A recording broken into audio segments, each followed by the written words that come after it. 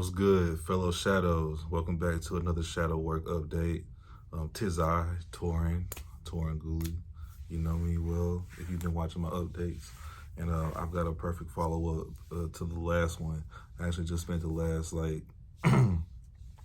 about about 20-30 minutes looking at my last two updates. And it's crazy, like not even intentionally the story is just so linear. I guess it can't help it because it's happening in chronological order. But I'm just unconsciously just building on the same topics, and it keeps leading me deeper and deeper. And I feel like it's like me watching myself dig deeper and deeper to like a piece of gold or like oil or something that's down there. I don't know.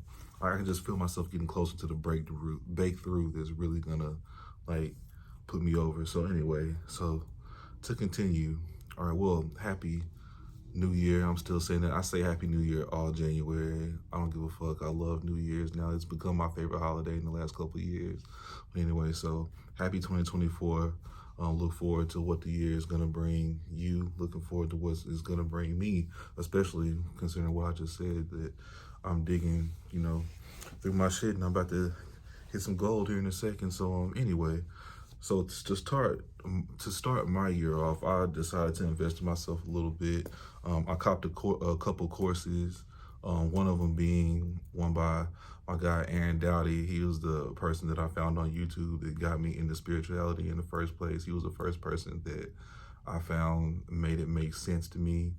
It resonated with me in a way that I was willing to understand, because he just put it in such a practical way, and it's what inspired me to want to make these videos and get on YouTube myself. Look at me now, hey. But anyway, so shout out to Aaron. But anyway, I signed up for one of his challenges. It's a 21-day New You challenge, he calls it. So one thing that I've been focusing on really is just finding a way to stand on my own 2 feet, be secure in my own skin, be secure in my own pockets, be secure in, just in every way, emotionally, stability-wise. Yeah, I mean. But anyway, so I realized that there was a name for what I was doing in a live meeting that we had on Zoom today. It was called Individualization. Now, I've heard this term before, but I guess never really, thought about it. So anyway, and ironically, it's by the same person who I discovered or unknowingly discovered shadow work through. So Carl Jung, however you say it, correct me in the comments, or let me know which one it is if you know. But same person who came up with the word shadow work came up with individualization. And basically what that is, I don't know if he came up with this shit. I don't know. But anyway, what it means is pretty much the act of a person separating from their parents and becoming their own sovereign entity, like in the world, So yeah, that's what I've been unknowingly doing. And I actually have a definite start point that I can point to. So story time. Around February of last year, as a matter of fact, this was the night of my son's last birthday, last February. I decided to sever contact with my parents.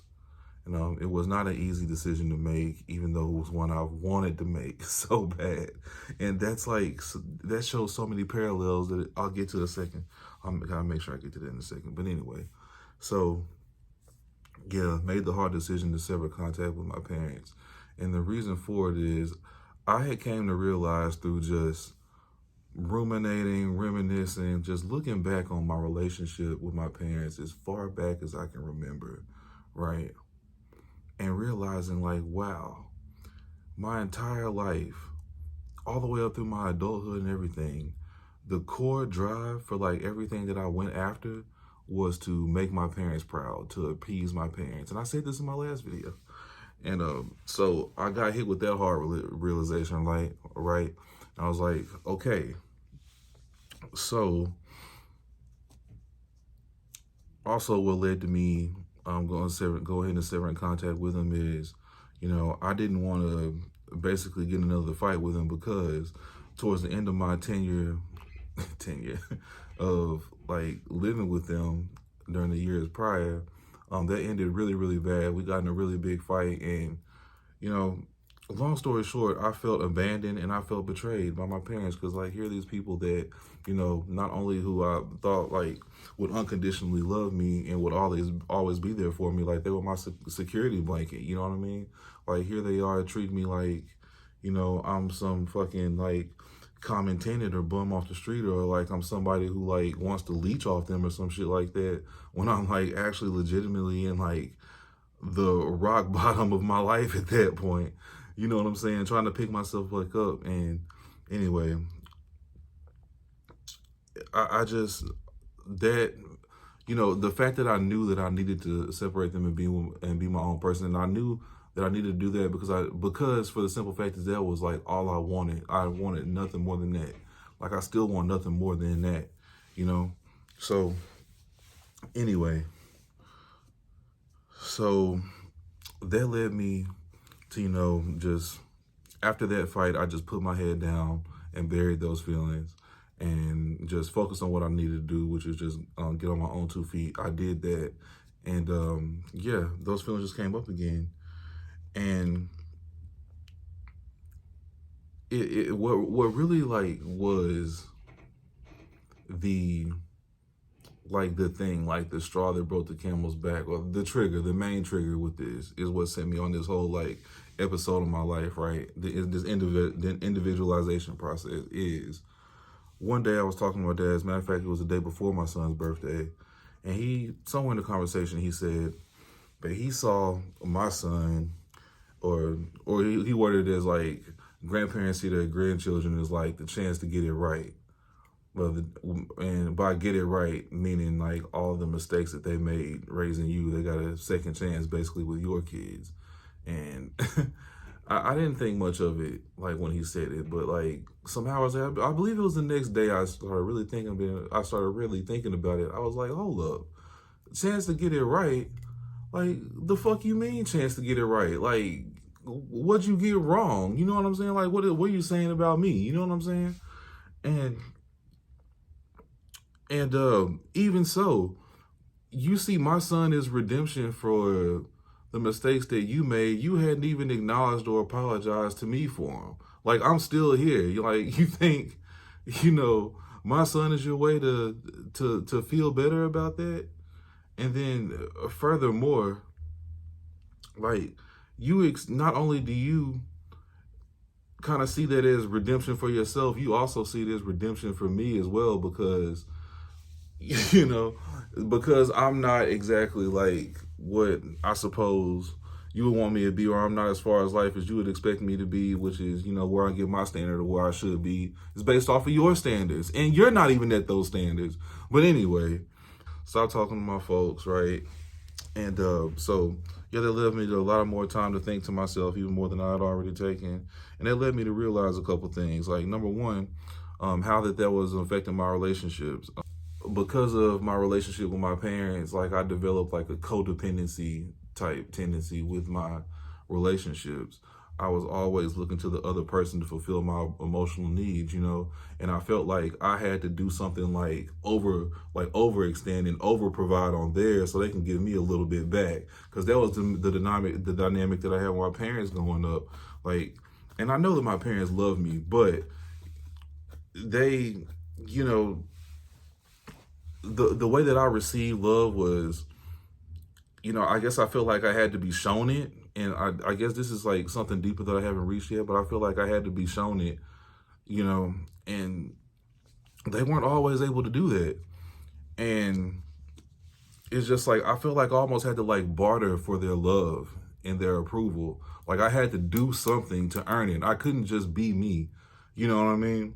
So that led me to be the same way in my relationships. And I also further realized how that was affecting me and just like my self-worth in generals, because I put my self-worth in what they thought about me. Like the measuring stick of how I felt was based on how I felt like they felt about me, and that translated also to like other people too. So like I looked at my peers the same way, which made like like gears of my schooling career like harder because of that. Like I judged myself before I even gave a chance for somebody else to. You know what I mean? So anyway, that also led me to realize like how that was, and even more recently, the most recent thing is where it's really hitting me now is it's affected my relationship with money and like my finances and like my own stability because I only saw stability and security in them, you know? And since I don't have them for that reason in my life anymore, it's like, okay, I'm really realizing like, wow, like I really haven't trusted myself with my own sovereignty up until this point. And what a realization. I was like, no wonder I have problem holding down jobs. No wonder I have problem attracting insecurities because like I feel like unless I'm in their graces, then I don't deserve it or I haven't earned it or it's not worthy of me. You know what I mean? So yeah, that's what that led me to realize. And yeah, what a realization. Dude, this shadow work, this inner work shit is no joke. Dude, when people, I say this all the time, I'm gonna continue saying this. When people say it takes hard work to get what you want, the hardest of the work is internal. That's what they're referring to as hard. This is the most difficult part about this, is the internal work it takes to like really like purposely start affecting your external reality. Because, you know, you're giving off a signal all day, but most people aren't choosing their signal. You can tell the people or no, I'm sorry, not choosing their signal willingly. Like they're reacting and then choosing their signal based off a reaction. But some people are are practiced at moving through life with intention, and you can tell who those people are, you know. And you can tell which end of the side like you are, you know. And don't get me wrong, everyone is both. Everybody is both, but some people are consciously or unconsciously more one than the other. So it's about realizing what that is for you. So anyway, that is a perfect segue into like where am I now? Where am I at now in my shadow work journey? Right now, I'm focusing on what I got here, redefining what life on my own terms would look like. Because for so long, if it wasn't my parents I was dependent on for the security, for my sense of security, it was a job or something like that. Whatever was actually like feeding me. So I guess that's just something that, you know, we have to learn how to provide for ourselves. And that just insecurity or unbelief in myself that I was able to do that for myself is just, it led me to like not even picture what I really wanted. Cause I felt like it was so far out of my grasp, there was no point of even picturing it. So now I'm getting back to like picturing, you know what does my ideal look like, the day look like? You know, if I could actually choose a way to spend my days, how would that look like? Doing whatever I want to do, you know? And it's crazy, like I have a different answer for that every day. You know, but I guess that's the point I want to be, to a point where like no two of my days look different. And I guess that's kind of another thing where my like consistency issues comes in, is because it's like I guess I lose, like it's hard for me to focus, and I may be undiagnosed with some shit, who knows, but that's always been an issue with me, is being focused. But I've always noticed that when I choose to focus on something, then I don't have a problem focusing. But what am I motivated by? I feel like for this whole time I've been motivated by appeasing others, the opinions of others. That's the same thing that motivates me to do stuff, to do shit, is the same thing that keeps me from doing shit. This shit is funny. Like what? But anyway, so just redefining what I want out this bitch, honestly. And also that also led me to bringing myself back to my passion and my purpose.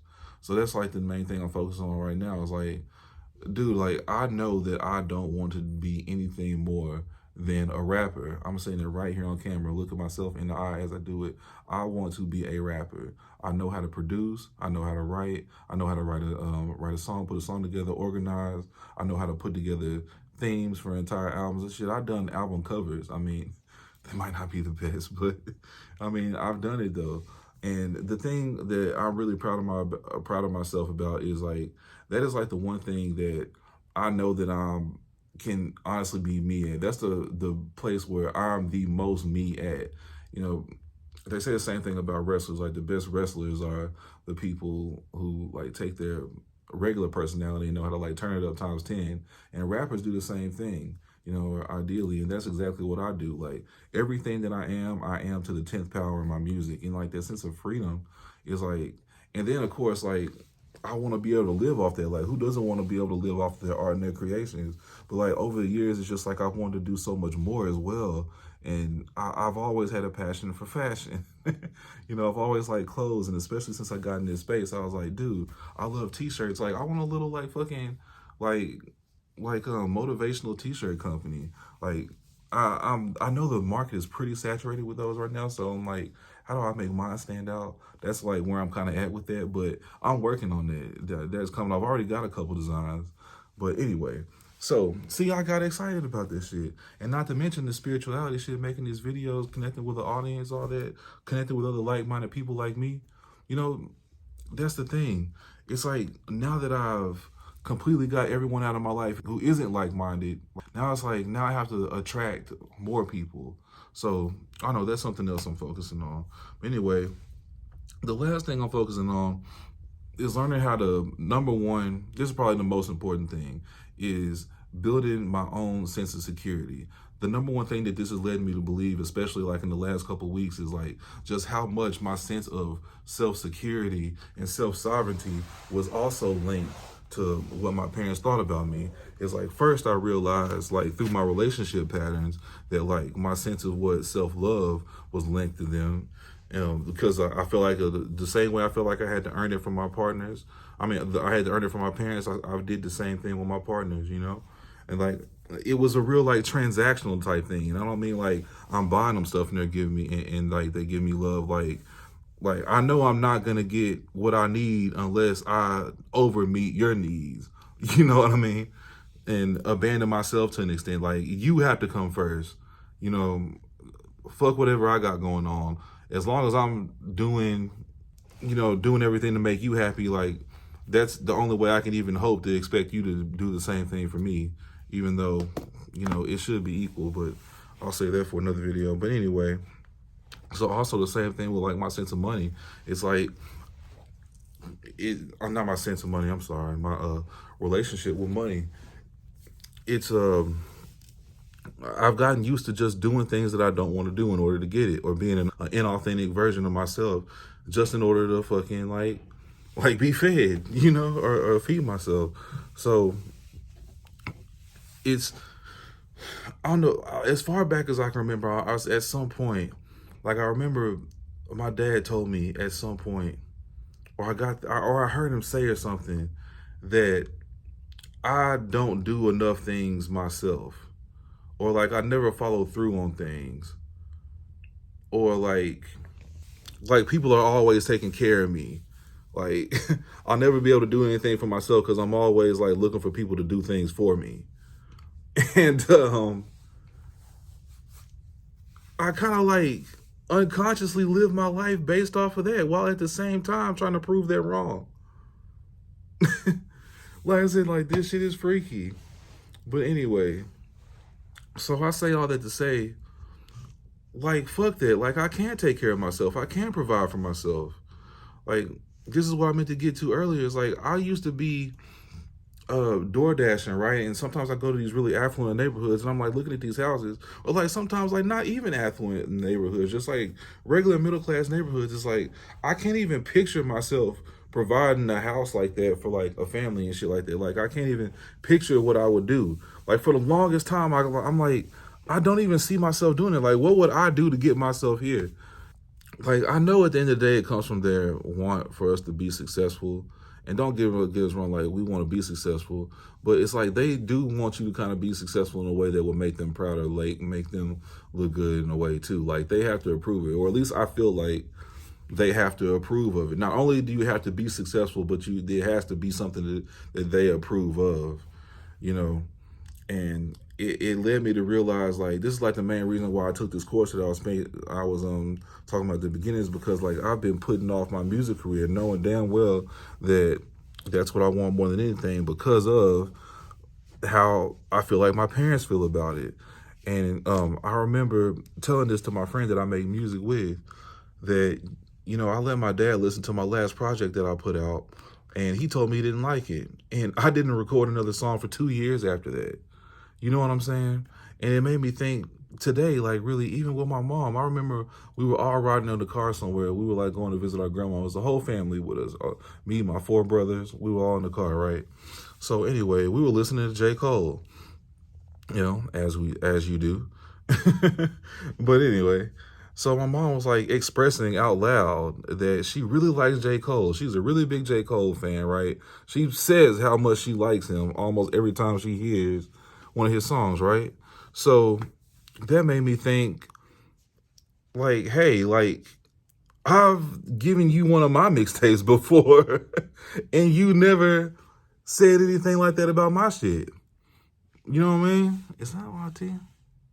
Oh, okay, it's a screen. I'm about to say, well, tell me I hadn't had none of my teeth this whole time. But anyway, so yeah, you express out loud how much you like J fucking Cole, which again, like nothing against him. I mean, he's an incredible artist, but it's like, hey, like I gave you my CD before, and all you told me was I learned a lot about you. I'm like, well, like, no shit. Like, I write about my life. I don't have anything else to write about. I write about what I think, what I feel. And like, in my music, I'm like the most authentic, vulnerable, arrogant, just like everything I am and can be, I'm in my music. Like, that is me. So it's like when I feel like, when it came to at least this particular situation, when I feel like like you're rejecting my art, my creation, you're rejecting me as a person, you know? And it's like, y'all are the people who I've been living for. Y'all are the people who I live to impress. Y'all are the people who, like, nothing I do, no matter what the accomplishment is, doesn't count unless y'all say it counts. And you turn around and, like, all that stuff that happened between us, everything that they said, I mean, it's not even worth repeating. But yeah, that's where I go until like I felt betrayed by. So like I say all that to say that I have to find a way to like actually know what, fuck that. Like I can't stand on my own 2 feet. I don't need them to provide for me anymore. I don't need for them to feed me anymore. I mean, just today I got my own AAA account. I remember when I was living at the house, I was always on my dad's AAA account. You know what I'm saying? I'd never even looked into AAA up until like recently. I didn't even realize how cheap it was. So I got it for myself. I was like, dude, I'm 34 years old. I'm just now getting a AAA account. Same thing with like the toll tag. Like that was tied through their account too. I was like, dude, I'm 33 years old, just now getting my own fucking toll tag and my own name. Like, it's things like that. So it's like, wow, like, it's really bringing up, like, how much I really needed to do this. And I'm really glad that I actually found a name to this process so I can look up more information or look up more techniques. Like, this is how I healed so many times in the first place. And I'm so excited because something great always happens pretty damn soon after I get on the roll like this. So anyway, man, this is the longest video I've done in a while. Man, I am excited. Thank you if you watched all the way to the end. Thank you for keeping up with my journey. And one last thing, the inside the live meeting that we had today for the 24-hour New Year program, Aaron brought up that back in the day, like individualization looked like, and like back in kind of like the tribal days, like people would take their teenage boys as soon as they turn 12 or 13, something like that, rip them away from their mothers, and then take them out in the wilderness and like make them survive on their own until they like got back to their village. It'd be like an 8 to 12 week process, something like that. Basically, like just make the boy like survive until he can get back home, right?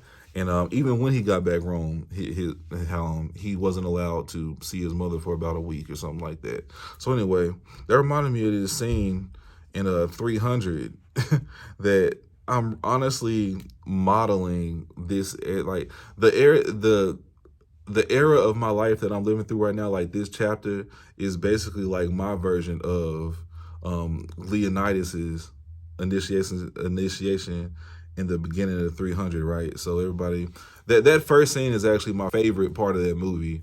So if you don't know the story or haven't seen the movie, Leonidas is the king of the Spartans, right? Who's going to end up leading the 300 in the battle, and they fuck up the Persians for however really long until they get snitched on, blah, blah, blah, blah. That's pretty much the movie. But anyway, so, yeah, so in order, I guess I'm pretty sure every Spartan person had to do this, but they threw Leonidas as a 13-year-old boy, just like pretty much how Aaron said, ripped him right out of the queen's arms and took him into the wilderness and threw him out and was just like, survive, right? And in one of the scenes, there was a wolf. He was in a cave. It was raining. There was a wolf, had him cornered, and all he had was a spear, right? So, you know, this huge animal, and if you've never seen a wolf in real life, wolves are fucking huge. All right, every bit as big as it was portrayed in that movie, right? So anyway, the wolf attacks him, and then he stabs him right through the mouth, and kills the wolf, right? And he ends up surviving. So, cut to the next scene. Leonidas comes back into the Spartan like village or whatever, and he's wearing the fucking wolf over his shoulders, the fur of the wolf over his shoulders as like a coat to keep warm from like the blistering blizzard that it was at the time. And I thought that was like the most like gangster as shit ever. It's like, dude, by their standards, yeah, I would bow down to this motherfucker too. Like, we throw him out literally throw this motherfucker out to the wolves, and he comes back wearing them. Like, how G is that? And it's just like, that is how I like picture this area of my life going in. Like, I feel like right now I'm in the wilderness. I'm in the wilderness like a motherfucker, and it really is just as cold as it was in that movie around here. But it's like, look, I can either take my spear and I can kill this wolf, which is my fears, everything that's been holding me back, limiting beliefs, attachments to things, to people that I shouldn't have been attached to or no longer serve me to be attached to. Take this spear and just fucking kill all that shit, and then I come back wearing it. Like, all my scars are beautiful. Like, everything I've been through is beautiful. Like not only do I fucking defeat the fucking thing that's keeping me back, like, I come back out of the situation like fly. So that's it. I really appreciate it if you made it to the end of this video. Yes, I'm keeping all of this. This is a great video. I don't give a fuck. So anyway, thank you for tuning in on the shadow work journey. Blessed to everybody who's watching. Peace.